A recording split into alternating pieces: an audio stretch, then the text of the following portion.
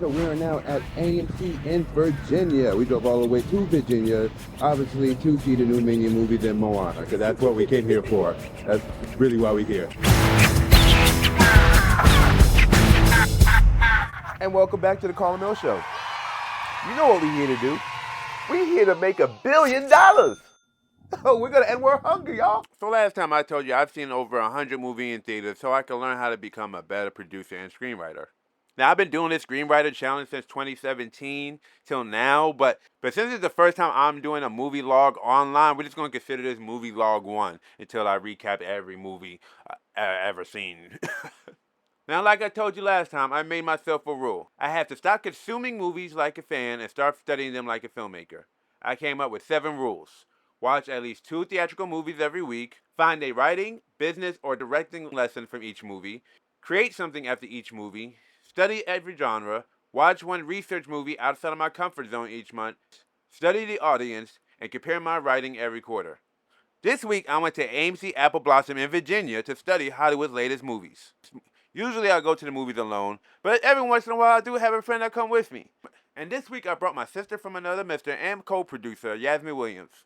Technically, we came to Virginia for a whole nother reason, but we're going to save that for another episode. I promise you it's going to be worth the wait. Now, I like visiting different theaters in different cities because we pay for AMC A-List, and with AMC A-List in New York, you have no choice but to pay for the premium package, and that allows you to go see any movie in any AMC in any city. You know, you don't have a choice when you're in New York City. You have to get that package in New York City. It literally don't allow you to get any other choice. But because of that, every time I have the opportunity in another city, I go visit an AMC. And I've visited a few so far. I visited one in Nashville. I visited one in Florida. And this week, we're in Virginia. It is interesting the difference between what we have in New York and what's in Virginia. You know, we have stuff like IMAX, but they have what is called Big D. Don't know what Big D is, but I can tell you one thing. The sound was crazy. I went to the bathroom at one point, and the room was just shaking. I assume it was the Odyssey. No, Christopher Nolan. I feel like that was him. That sounds like his type of sound design, but it was type crazy hearing that sound in the bathroom. I felt like the building was under attack. The whole room was shaking.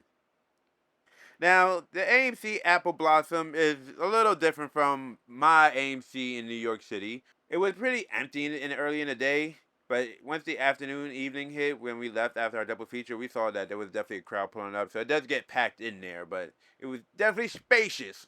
That's for sure. Spacious for sure.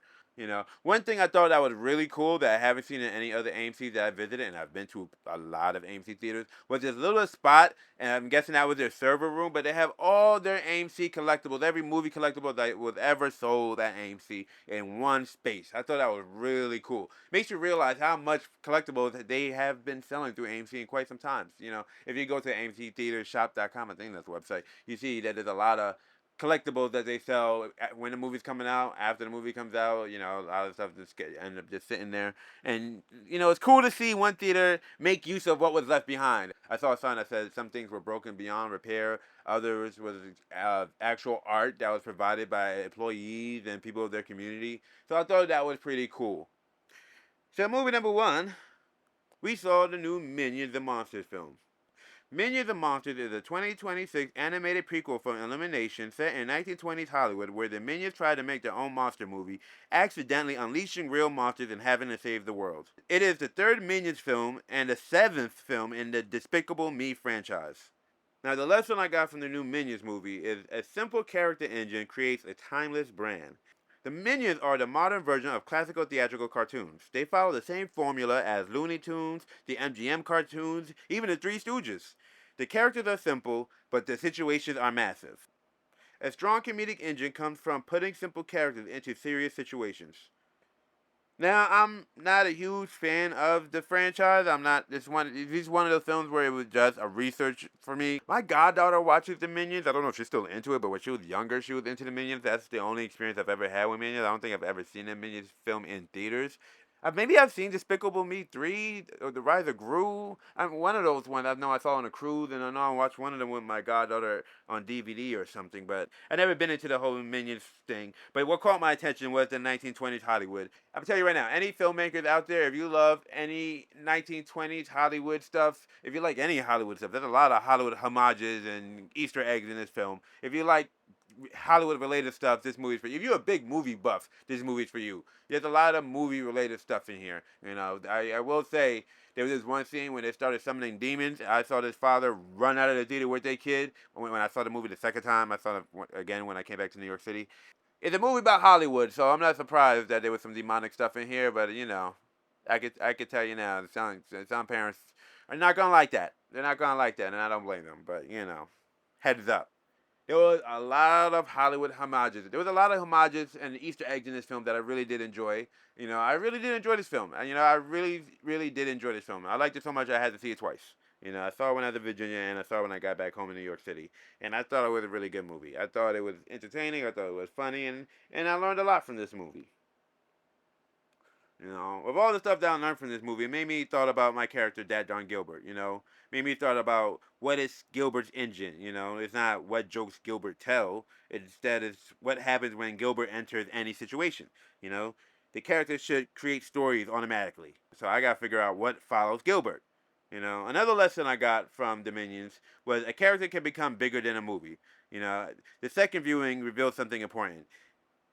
There were way more adults in the second viewing than it was the first time I saw the film in Virginia. Now, granted, it was like a family of 3 or 4 or whatever in Virginia. It was like 1 o'clock in the afternoon on a Thursday, so there wasn't a lot of, you know, people there. But on the second viewing, there were plenty of adults watching it when I got back to New York City. You know, there was a few families in there, but there was a lot more adults in there. You know, which told me that Dominion is not only a children's property anymore. You know, they have become recognizable characters. You know, there are now collectibles, there are costumes, there are merchandise, there are cultural symbols. So the lesson here is to make characters that people don't want to see just once. You want audience to invite these characters into their lives. You want these characters to be a reflection of the people watching the film. And the biggest takeaway and lesson for me is lesson number 3. A big movie can be a force for good. Now, in every episode so far, you heard me say the same thing. We're going to make $1 billion and end world hunger. Now, I know some of y'all thought I was joking when I said that, but it's true. I really want to end world hunger. And at AMC, I saw this Minions charity pin campaign with Variety. It made me realize there's definitely a way I could pull this off. The lesson here is you have to connect your story to fans. And with those fans, you can provide them a merchandise. And with that merchandise, you can provide some real-world impact. The pin turned audience excitement into helping a real person. And I believe a movie shouldn't only sell tickets. A movie is an opportunity to create an ecosystem where merchandising can fund causes, you know, events can create communities, fans participate in the mission. The $1 billion is not the end goal. The money is only a tool for the real goal at the end of the day. And I pretty much just saw it everywhere when I was at the Virginia theater. They even presented it on screen during the movie. And once I saw it, I was just like, oh, that's exactly what we're going to do. But I did see it once I got back in New York, so I was like, okay, so it wasn't just the theater in Virginia doing this. They are doing this in different AMC theaters as well. So I saw the poster as well as a card in the theater that says, collect a Minions and Monster pin and help a child in need. Your support helps children like Brandon, who lives in a very rare genetic condition. He is unable to walk long distances and uses a manual wheelchair. Variety funded a custom-built adaptive bike for Brandon that allows him to go on family outings to enjoy the outdoors and have more independence and mobility. His bike brings him smiles every time he rides. Seeing that was like a light bulb moment, because it made me realize I can do something similar. I can use one of my films as a force for good. We can create a charity that could help feed the world. Now, granted, I know you can't end world hunger overnight, but I see this as an opportunity to at least make a dent. So best believe I'm going to create a pin that's going to help us end world hunger. But until then, check out variety.org for more information on how you can help their cause. Movie number 2, Moana. Moana 2026 is a Disney live-action remake of the 2016 animated film. Now, just like the Minions, I only know about the original Moana because of my goddaughter. When she was younger, she was singing Moana all the time. We watched it a few times. It was cool. I'm not going to say I was a fan, but, you know, I was entertained, you know. So I was curious to see what was going to happen here. with Dwayne "The Rock" Johnson reprising his role as Maui. The film followed the original story closely, featuring the same songs and similar plot. I love The Rock. If you guys see my WWE video, you guys know anything with The Rock in it, I'm there. I love watching anything with The Rock. I'm a huge fan of The Rock. And I thought this would be a perfect vehicle for The Rock because The Rock did the animated one. And it didn't work for me, you know? And I sat there and I watched this film. I'm like, okay, what was it about this film that didn't work? But Aladdin works, you know. Like what was it that didn't do it for me? Because I was sitting there watching it, it's like, you know, Jason Momoa could have did this. You know, you know, even Roman Reigns probably could have did this. I love The Rock. I love Disney, but this to me didn't work. Which brings us to lesson number 4. You know, when it comes to adaptation versus recreation, you know, the question is, why does Hollywood remake movies? You know, the IP creates advantages. You know, we know that the audience already know the title. You know, the marketing is easier. People will recognize it wherever they go. You can stick Moana logo anywhere and people will go, oh, Disney Moana, I know what that is. You know, you could stop by Subways, which I did, where I saw the Moana collectible cups. And I was shocked because I'm just like, you know, I really don't see a lot of Moana, you know, merchandising. You know, and there's usually a lot of Disney merchandising when a movie's coming out. I remember last summer I was seeing Lilo and Stitch merch everywhere, and now I barely saw anything with Moana. That doesn't change the fact that nostalgia creates emotional attachment. But there is a danger to that because audience know when they are being sold the same experience again. So the difference between an adaptation and a recreation is a recreation asks, how do we repeat what worked? And an adaptation asks, why does this story matter now?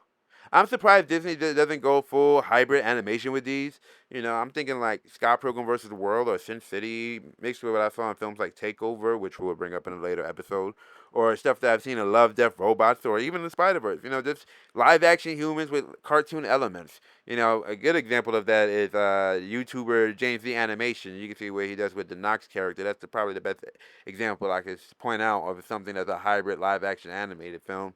But I'm surprised that. But Disney needs to switch it up a bit. I feel like every adaptation doesn't have to be so direct. You know, maybe you know, switch the formula up a little bit. I would have loved if they went meta with the storyline. You know, something between Galaxy Quest meets Last Action Hero, Tropic Thunder, with a little bit of Ella Enchanted and Moana and HBO, their franchise sprinkled on the top. You know, the idea I'm thinking is like, imagine, you know, while preparing for his role as Maui in the live-action remake, Dwayne Johnson, playing himself, discovered the mythology he's portraying is real, and a young girl revealed his family lineage connects him to the original Maui, and together they must awaken the forgotten demigod before a force that feeds on forgotten stories destroy humanity connected to legends. I just thought, you know, the best remakes is not about replacing the original. You know, sometimes it's about exploring the reason the original became meaningful. And just like the first film, it was pretty much an empty theater. There was like a family of 3, I believe. With us, it was Thursday at 4 p.m. It was a very small audience. It was quiet. You know, we practically had that theater to ourselves when we first got in there. But the lesson here is a recognizable IP does not automatically create an event. A movie must give audiences a reason to leave home. Now, movie number 3, I saw when we got home. Now, I saw the ads for it before for months. You know, there was ads last year for it. They sold out tickets last year for it for the 70 millimeter screening, and it's really hard to get those tickets. You know, as someone who lives in New York, I've been trying to figure out when can I visit Lincoln Square to see a film in 70 millimeter IMAX. And every time a movie comes out, these scalpers get it before anybody else, and they put it on eBay and charge crazy amount of money just to see these movies in theaters. It's insane. I never thought I'll see the day when the movie experience becomes like the concert going experience. It sucks. You know, the movie tickets coming out a year in advance. You know, people are buying it before you can just so they can resell it to you at a higher price. It's insane what's going on in the world of movies right now. Insane. But I can tell you one thing. There is a difference. There is a huge difference between seeing a movie in standard theatrical format and the IMAX format and IMAX 30 millimeter format.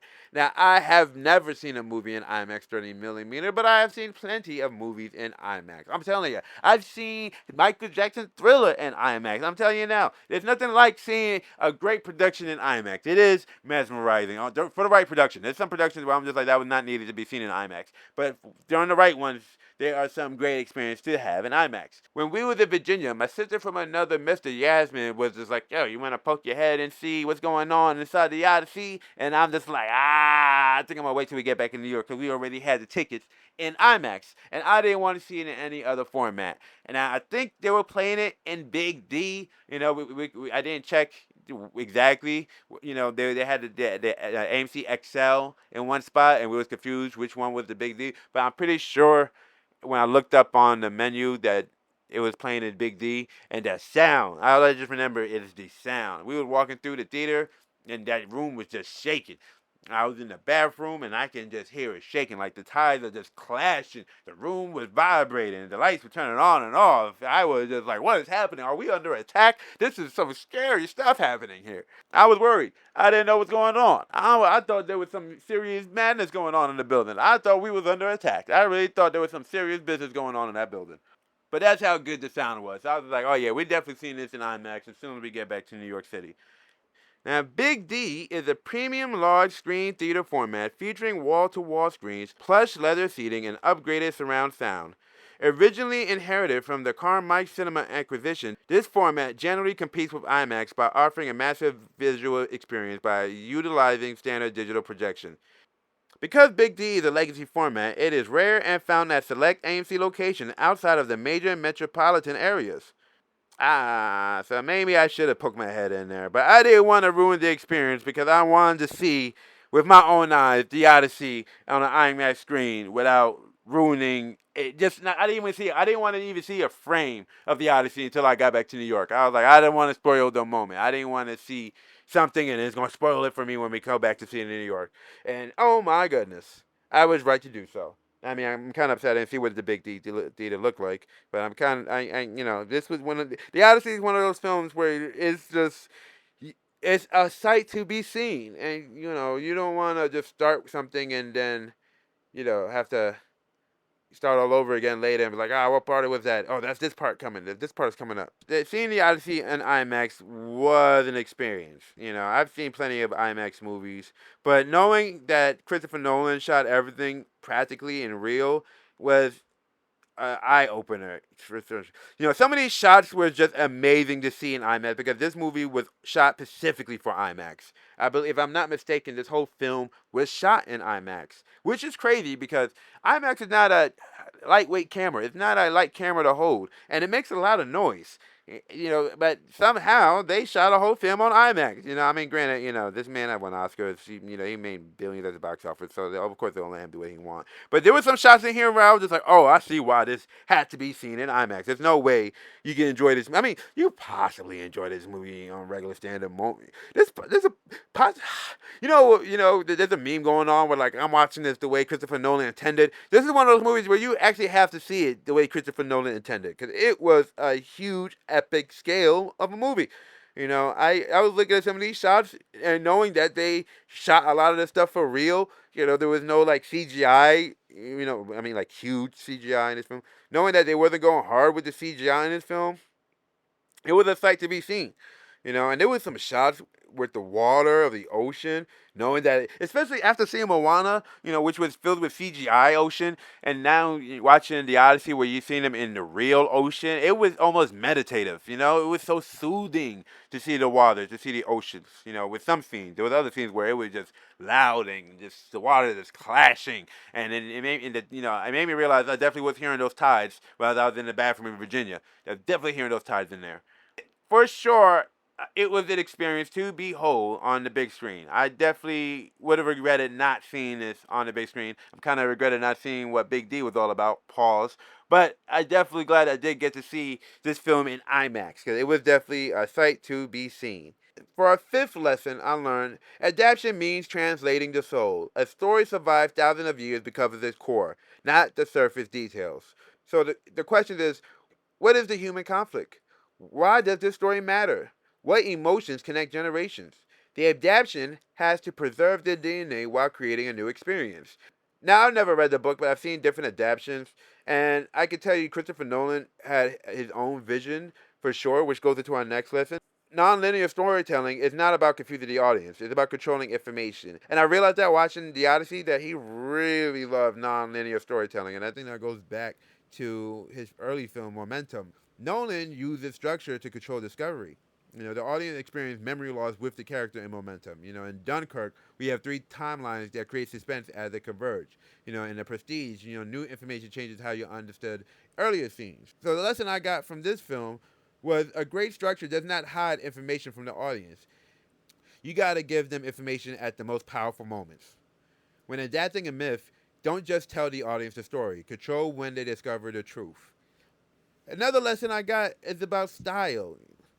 Christopher Nolan has a very specific style. You watch his films from Batman, Oppenheimer, Tenet, The Odyssey, it makes me realize he has a very Christopher Nolan had very repeated decisions. His styles come from very large scale compositions, characters surrounded by massive environments, practical filmmaking, cross cutting, tension through editing, time as a storytelling device. A lot of cuts back and forth to the past, to the present. The lesson here, I guess, is a filmmaker develops style by repeating choices until the audience recognizes the language. So if I want to develop a style, I got to repeat the same choices over and over until the audience recognizes my language. So the takeaway from here, when it comes to characters, a simple character engine creates endless stories. When it comes to business, characters can become brands and brands can become impact machines. When it comes to charity, entertainment can turn audience passion into real world change. When it comes to adaptations, we got to preserve the soul and reinvent the experience. When it comes to structure, non-linear storytelling is a form of information control. And when it comes to directing, style is all about repeating systems. And to create your own style of directing, all you have to do is create your own repeatable system. The goal here isn't just to make movies people watch. The goal is to build stories people believe in, communities people join, and an entertainment company powerful enough to actually make a difference. And to get biblical with it, if there was any lesson I got this week going to the movies, is what has been will be again.